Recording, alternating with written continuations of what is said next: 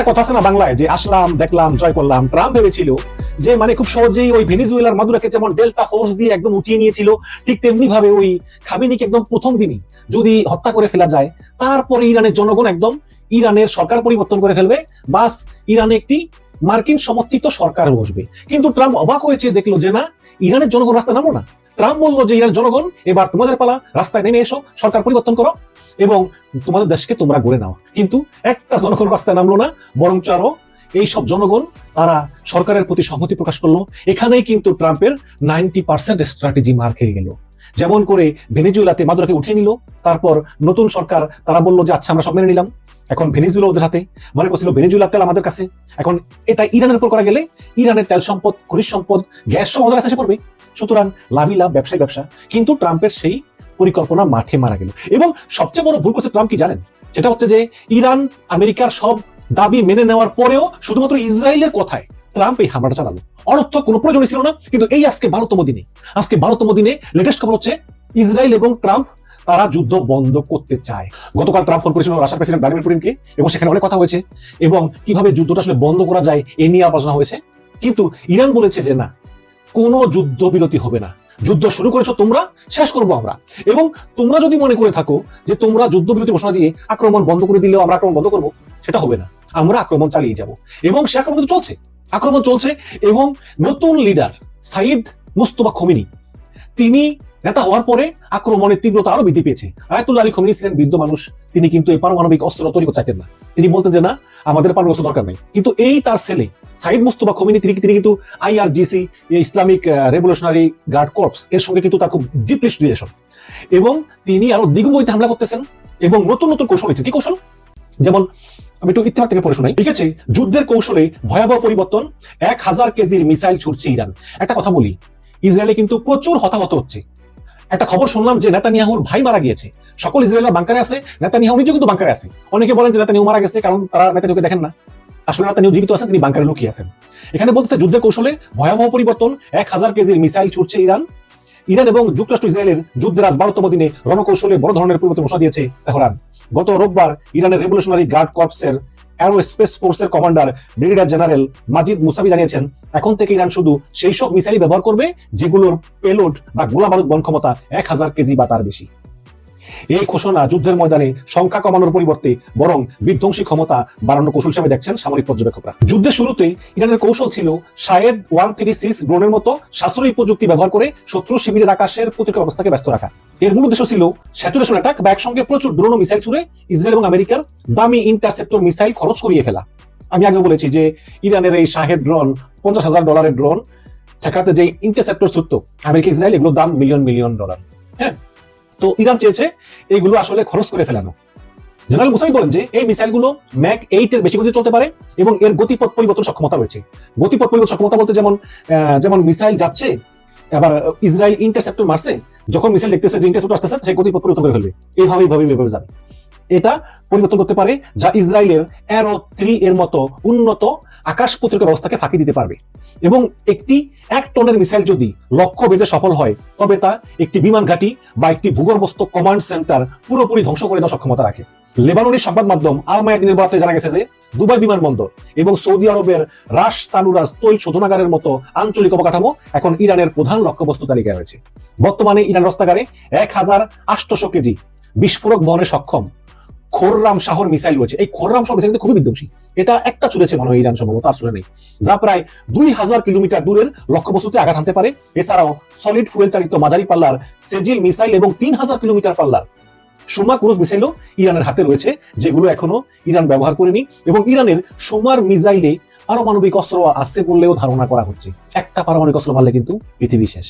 প্রতিরক্ষা বিশ্লেষক সানাকা আরসেলম পেরোরার মতে ইরান এখন যুদ্ধের ইন্টারসেপ্ট ম্যাথ বা গাণিতিক সমীকরণ বদলে দিচ্ছে। আগে একটা ইরানি ড্রোন ধ্বংস করতে $4 মিলিয়ন পেট্রিয়েট মিসাইল ব্যয় করাটা ছিল আমেরিকার জন্য অর্থনৈতিক চাপ। কিন্তু এখন ভারী মিসাইল ঠেকাতে ইন্টারসেপ্টর মিসাইল মিস হয়ে যায় এবং সেটা যদি ইসরায়েল আঘাত হানে, তার পরিণতি হবে চরম ভয়াবহ। এতে আকাশ প্রতিরক্ষাকারীদের দ্রুত ইন্টারসেপ্টর মজুদ শূন্য হওয়ার আশঙ্কা তৈরি হয়েছে। আমেরিকার যে অপারেশন এপিক্সির জবাবে তেহরানের যে এই হেভি পেলোড নীতি, এটা মধ্যপ্রাচ্যে যুদ্ধের তীব্রতা আরো বাড়িয়ে দেবে বলেই ধারণা করা হচ্ছে। এবং আরেকটি বিষয় হচ্ছে যে ইরান এখন করতেছে কি, ক্ষেপণাস্ত্রের ভিতরে ছোট ছোট ক্লাস্টার বোমা বোমা রাখে আর কি, যেমন একটা ক্ষেপণাস্ত্রের ভিতরে অনেকগুলো ক্লাস্টার বোমা। তো এই ক্ষেপণাস্ত্র যখন ইসরায়েলের আকাশে আসে তখন ইসরায়েল আবার ইন্টারসেপ্টর ছুড়ে ওই ক্ষেপণাস্ত্রটাকে আকাশে ধ্বংস করে দেওয়ার জন্য যখন ছুড়ে, যখন দুইটা ক্লাশ হয় তখন এই যে ভিতরে কয়েকশো ক্লাস্টার বোমা এগুলো ওই মাটিতে পড়ে মাটিতে আবার ব্লাস্ট হয়ে যায়। ব্লাস্ট হলে সেখানে অনেক হতাহত হয়। এবং এই ক্লাস্টার বোমা সমৃদ্ধ মিসাইল মারাতে কিন্তু গত কয়েকদিনে ইসরায়েলের প্রচুর লোক হতাহত হয়েছে, কিন্তু এগুলো এরা গোপন রাখে। এবং এই যে হতাহতের সংখ্যা গোপন রাখার জন্য, ইসরায়েলের ধ্বংসযজ্ঞ যাতে গোপন রাখা যায়, এর জন্য রাস্তা যত সিসি ক্যামেরা আছে সব সিসি ক্যামেরা ইসরায়েলিরা ধ্বংস করে দিয়েছে, যাতে কোনো কিছু দেখতে না পারে এবং কাউকে ভিডিও করতে দেওয়া হয় না। Same thing happened in gulf কান্ট্রিগুলোতে, যেমন ওই কাতার, কুয়েত, আবুধাবি, বাহরাইন, আরব আমিরাত, মানে কোথাও কাউকে ভিডিও করতে দেওয়া হয় না এবং বহু বাংলাদেশে গ্রেফতার করা হয়েছে শুধু এই ভিডিও করে সোশ্যাল মিডিয়াতে ছাড়ার জন্য। সুতরাং বাংলাদেশে বাইরে সাবধান, শুধু ভিডিও করার দরকার নাই, আপনার রুটি যেখানে সেখানে আসলে এগুলোর কোনো প্রয়োজন নেই। ওদিকে ইসরায়েলের পররাষ্ট্রমন্ত্রী গিডিয়ন সার আজ মঙ্গলবার বলেছেন যে ইরানের সঙ্গে ইসরায়েল অনন্তকালের যুদ্ধ চায় না, আমরা এই সংঘাত কখন শেষ হবে সে বিষয়ে আমেরিকার সঙ্গে আলাপ করে আমরা সিদ্ধান্ত নিব। তার মানে এই যুদ্ধ আসলে ইসরায়েলও আর করতে চাচ্ছে না। ওদিকে ইরানের নতুন লিডার সাইদ মুস্তফা খামেনিকে অভিনন্দন জানিয়েছেন ওমানের বাদশাহ, তার কিছুক্ষণ পরেই অভিনন্দন জানিয়েছেন পাকিস্তানের প্রধানমন্ত্রী। কিন্তু আমাদের বাংলাদেশের এই খলিলুর রহমানের পররাষ্ট্র মন্ত্রণালয় এই সাইদ মুস্তফা খামেনিকে অভিনন্দন জানানোর মতো সাহস তাদের নাই। কেন নাই আপনারা ভালো করে জানেন যে খলিল সাহেব কোন যোগ্যতায় এই বিএনপির পররাষ্ট্রমন্ত্রী হলো, কার পরামর্শ, এগুলো তো আর আপনাদেরকে বলা লাগবে না। গতকাল ট্রাম্প বলেছে যে যুদ্ধ যে কোনো মুহূর্তেই বন্ধ হতে পারে এবং অনেকেই মনে করতেছেন যে ডোনাল্ড ট্রাম্প আসলে নিজেই নিজেকে বিজয়ী ঘোষণা করবে। ট্রাম্প বলবে যে হ্যাঁ আমি জয়ী হয়েছি, ইরানের নেতা মারা গেছে, তারপরে ইরানের অবকাঠামো ধ্বংস হয়েছে, ইরানের নৌবাহিনী শেষ, সুতরাং আমরা জয়ী হয়েছি এবং আমরা এই যুদ্ধ বন্ধ করলাম। কিন্তু ইরানের স্পিকার আর সোজা বলে দিয়েছে যে যুদ্ধ কখন বন্ধ হবে এটা অন্য কেউ না, এটা ইরান ঠিক করবে এবং আমরা কোনো যুদ্ধ বিরতিতে যাব না। এখন আমেরিকা যুদ্ধ বন্ধ ঘোষণা করলেও ইরান কিন্তু ঠিকই যুদ্ধ চালিয়ে যাবে, কারণ ইরানের যুক্তি হচ্ছে যে গত বছরের জুনে যখন 12 দিনের একটা যুদ্ধ হয়েছিল ইরান, আমেরিকা এবং ইসরায়েলের ভিতরে, সেই সময় কিন্তু যুদ্ধ শেষ হওয়ার পরে ওমানের মধ্যস্থতায় ইরানরা চুক্তি করেছে যে ইরান কখনোই পারমাণবিক অস্ত্র কখনোই তৈরি করবে না। সেই চুক্তির পরেও এই এখন আবার এই 28শে ডিসেম্বর একদম নতুন করে যুদ্ধ শুরু হলো। কাজে যারা এরকম চুক্তি খেলা করে বিশ্বাসঘাতকতা করতে পারে, যারা আবার এই যুদ্ধবিরতি যে আবার যে পর আক্রমণ করবে না, তার কি গ্যারান্টি, তাই না? এরকম তারা বলে যে আর যুদ্ধ করবো না, কদিন পরে আবার অ্যাটাক করে। সুতরাং এবার আর কোনো যুদ্ধবিরতি না, বিশ্বাসঘাতকদেরকে আর বিশ্বাস করা যাবে না। শেষ পর্যন্ত ট্রাম্প বাধ্য হয়ে গতকাল রাতে পুতিনকে ফোন করে বলেছে যে আমরা যুদ্ধবিরতি চাই, আমরা যুদ্ধ চালাবো না, তুমি মধ্যস্থতা করো। পুতিন বলেছে ঠিক আছে আমরা দেখি। কাতারের এক মন্ত্রী তিনি সংবাদ সম্মেলন করে বলেছেন যে আমরা এই যুদ্ধের ফলে খুবই বিরক্ত, কারণ আমাদের সঙ্গে কোনো পরামর্শ না করেই ইসরায়েল এবং আমেরিকা মিলে এই যুদ্ধ শুরু করেছে। সুতরাং এই গালফ কান্ট্রিগুলো মানে আরব দেশগুলো তারাও বুঝতে পেরেছে যে আসলে আমেরিকা এই আরব দেশগুলোর নিরাপত্তার চেয়ে বেশি চিন্তা করে ইসরায়েলের কথা। যতই বলুক যে তোমরা আমার আপন, তোমার দেশে আমাদের ঘাঁটি করতে দাও, কিন্তু আসলে এই আমেরিকা আরব দেশগুলো তো ভাবে না, আমেরিকা ভাবে ইসরায়েলের কথা। যদি ভাবতো তাহলে ওদের সঙ্গে আলোচনা না করেই ইরানকে আক্রমণের মতো এত বড় সিদ্ধান্ত নিতে পারতো না। এটা আরব দেশগুলো দেখতে হলে বুঝতে পেরেছে। এদিকে আজকে ব্যাপক বোমা হামলা চালিয়েছে ইরানের রাজধানী তেহরানে এবং এই হামলা করেছে আমেরিকা, ইসরায়েল। সেটা তো প্রতিদিনই করে, আজকেও করেছে। প্রচুর বিল্ডিং হতাহত হয়েছে, কিছু লোক মরেছে, এগুলো তো করতেছে। আরেকটা খবর হচ্ছে যে আজকে ইরান প্রচুর মিসাইল মেরেছে ইসরায়েল রাজধানী তেল আবিবে এবং আশেপাশে আরো যে শহর আছে সেগুলোতে বড় ধ্বংসযজ্ঞ চালিয়েছে ইরান। এদিকে ইরান সাফ জানিয়ে দিয়েছে যে হরমুজ প্রণালী দিয়ে তারা কোনো জাহাজ চলাচল করতে দিবে না। হরমুজ প্রণালী দিয়ে শুধু সেই সব দেশে জাহাজ চলাচল করতে পারবে যেসব দেশগুলো ইসরায়েলের দূতাবাস বন্ধ করে দেয় এবং রাষ্ট্রদূতকে বহিষ্কার করে।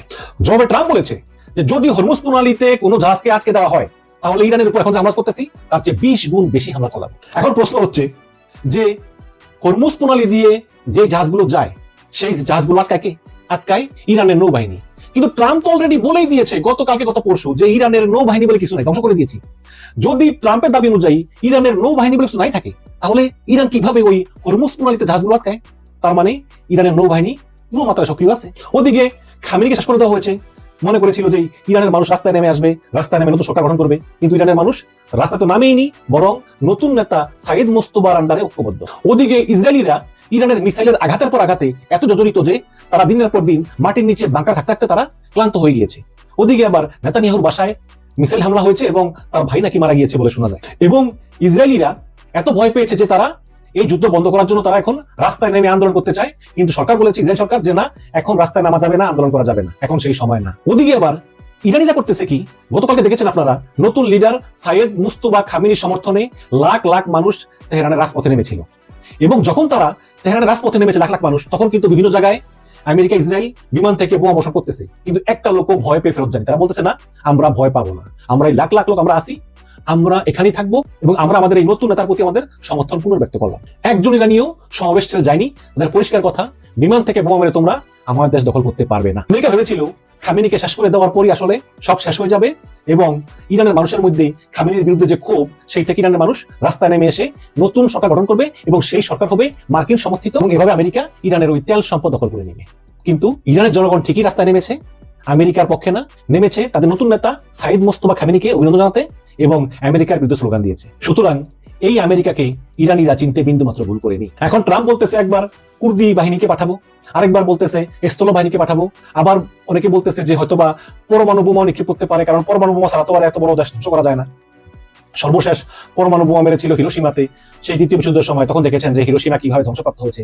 পরমাণু বোমা কিন্তু খুবই একটা গোটা দেশ মহাদেশ ধ্বংস করে দেয়। এখন অনেকে বলতেছে এটা করতে পারে। আমার মনে হয় যে ট্রাম্প এত বড় বিদ্রোহী সিদ্ধান্ত সে নিবে না। সে আসলে করবে কি, কারণ ট্রাম্প ভালো করে জানে যে ইরানের 3 দিকে কিন্তু পর্বতমালা, 3 দিকে পর্বত দিয়ে ঘেরাও করা, শুধু পাকিস্তানের দিকে একটু খালি আছে। সুতরাং ওই দিক দিয়ে সারা বা ভিতরেও ট্রাম্প আসলে স্থলবাহিনী দিয়ে ইরানে জিততে পারবে না। তারপরে যদি তর্কের খাতিরে ধরেই নি যে ট্রাম্প স্থলবাহিনী পাঠালো, সেখানে ইরান পরাজিত হলো, ট্রাম্প ইরানে নতুন সরকার বসালো, কিন্তু কয়দিন? আফগানিস্তানে কিন্তু সেম জিনিস হয়েছে। আফগানিস্তানে তালেবানদেরকে পরাজিত করে আমেরিকা তাদের সমর্থিত সরকার বসিয়েছে এবং সেই সরকার ছিল খুবই দুর্বল সরকার। সেই সরকারকে আমেরিকা শক্তিশালী করার বহু চেষ্টা করেও পারেনি। 20 বছর পরে তালেবানদের হাতেই ক্ষমতা দিয়ে রাতের অন্ধকারে আফগানিস্তান ছেড়ে পালিয়ে এসেছে। সুতরাং দখল করলেও যে ইরান বীরের জাতি, যারা কোনো দিন সাম্রাজ্যবাদী শক্তির কাছে মাথা নত করেনি, সেই ইরানকে ট্রাম্প কয়দিন দখল করে রাখতে পারবে না। আফগানিস্তান যুদ্ধে হাজার হাজার মার্কিন সৈন্য নিহত হয়েছে এবং ট্রিলিয়ন ট্রিলিয়ন ডলার খরচ হয়েছে, রেজাল্ট হয়েছে 0। ইরানেও ঠিক একই পরিণতি হবে। এই কারণেই ট্রাম্প এখন বুঝতে পেরেছে। এখন যেটা বললাম আমি, যে ট্রাম্প হয়তো আর 1 সপ্তাহ 2 সপ্তাহ তারপর ট্রাম্প নিজেকে নিজে বিজয় ঘোষণা করে তারপর আস্তে সেখান থেকে সরে আসবে। কিন্তু এর ফলে একটা জিনিস প্রমাণিত হবে যে সাম্রাজ্যবাদী আমেরিকা আসলে এই পৃথিবীতে যা চায় তা হয় না। আমেরিকার যে মান সম্মান আছে সব ধুলায় মিশে যাবে এবং আমেরিকা যে তা পরাশক্তি ভাবা হয়, এটা আর মানুষ ভাববে না। তারা বুঝে যাবে যে এই দুর্বল বিশ্ব জেনে যাবে যে এই গরিব দেশ ইরান, যাদেরকে আমেরিকা স্যাংশন দিয়ে রেখেছে আজকে কয়েক দশক ধরে, সেই ইরানিদের কাছে আমেরিকা এবং ইসরায়েলের মতো শক্তিশালী দেশও পরাজয় বরণ করে লেজ গুটিয়ে পালিয়ে আসতে বাধ্য হয়েছে। এবং এটাই হচ্ছে পরিণতি। এবং আমি এই আমেরিকা জিতার কোনো লক্ষণই দেখি না। আমেরিকা এবং ইসরায়েল এই যুদ্ধে লেজ গুটিয়ে সরে যাবে, এটাই হচ্ছে এই যুদ্ধের ভবিতব্য। তবে আমরা আসলে চাই, যারা আমরা সাধারণ মানুষ, যে যুদ্ধ বন্ধ হোক, কারণ এই যুদ্ধ কিন্তু কারোর জন্যই সুখকর না। যুদ্ধ কিন্তু ক্ষতিই বাড়ায়। যুদ্ধে আসলে কেউই জিতে না।